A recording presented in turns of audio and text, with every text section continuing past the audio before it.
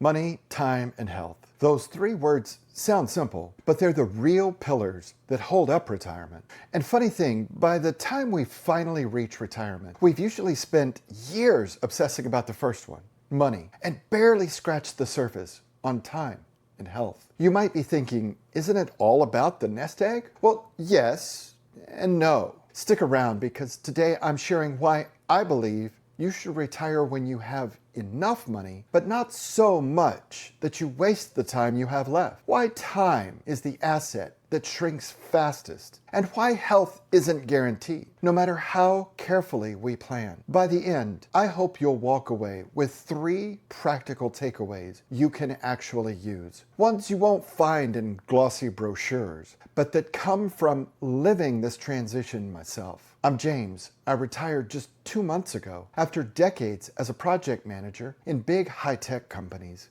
And there's one thing those years taught me. It's that plans look perfect on paper until life shows up with a red pen. Here on my channel, we talk about retirement, not just the numbers, but the human side, money, time, and health. If that sounds useful, hit subscribe or just stick with me like we're chatting over coffee. I want to start with money because let's be honest, money is usually what keeps us up at night. I can remember running scenario after scenario, market returns, inflation, healthcare costs. I had spreadsheets with more tabs than my browser, but here's the part I didn't see clearly. Retiring when you have enough doesn't mean retiring when you have the most. I used to think the goal was to maximize the pot, but now, sitting here at the start of retirement, I see it differently. The goal is to have enough money to do what truly matters before you run out of time to do it. I'll never forget a conversation I had with a coworker about 5 years ago. We were both approaching our 50s,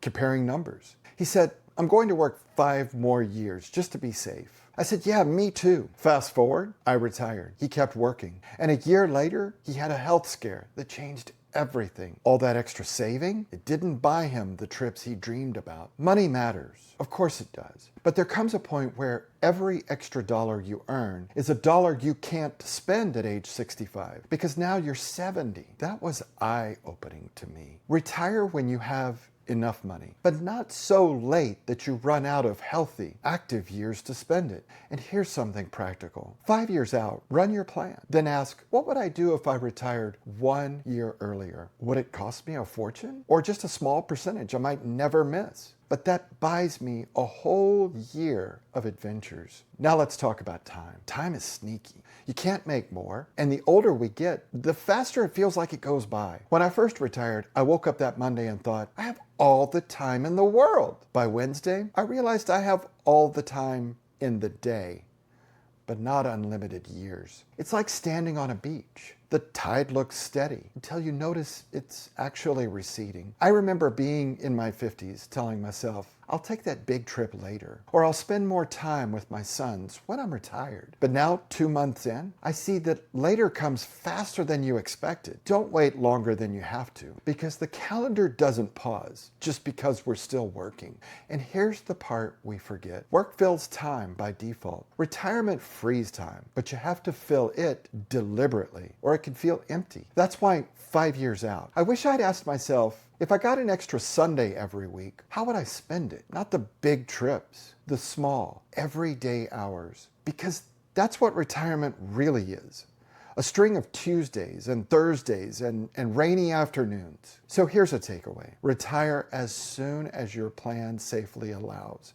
And treat time like the shrinking asset it is. Now let's pivot to health. Health is the wild card. We all hope it stays with us, but none of us has a contract guaranteeing it. I thought, when I retire, I'll finally have time to get fit. And sure, I take walks on most mornings, I do strength training, and ride my bike. But what I've learned, the clock doesn't just tick on your calendar. It ticks on your joints, your energy, your balance. Even small health changes, arthritis, a stiff knee, can change what freedom feels like. 5 years out, the best gift you can give your future self isn't just a bigger portfolio. It's a stronger, more mobile body. Think of it like building a foundation. The bigger the house, the more important the foundation. And your health is that foundation for all those plans. I also realized staying healthy isn't about perfection. It's about keeping choices open. The freedom to decide, today I'll ride my bike or I'll travel, without pain being the deciding factor. A quick recap, because this is a lot. First, retire when you have enough, not when you have the most. Second, time shrinks daily. Use it intentionally. Third, health is freedom. Invest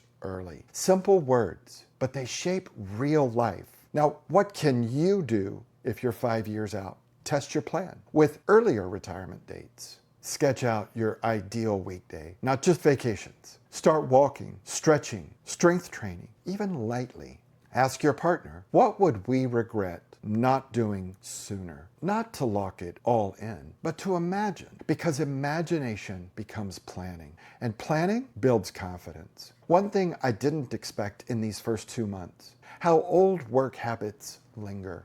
I still wake up at 6 a.m. half expecting emails, and how your identity shifts gently. No more title on a business card, but also how rich the quiet moments feel. Coffee with my wife, woodworking in the garage, helping my sons. Little things that mean everything. Let me know in the comments if you'd like a follow-up video about how to test drive your lifestyle before you leap.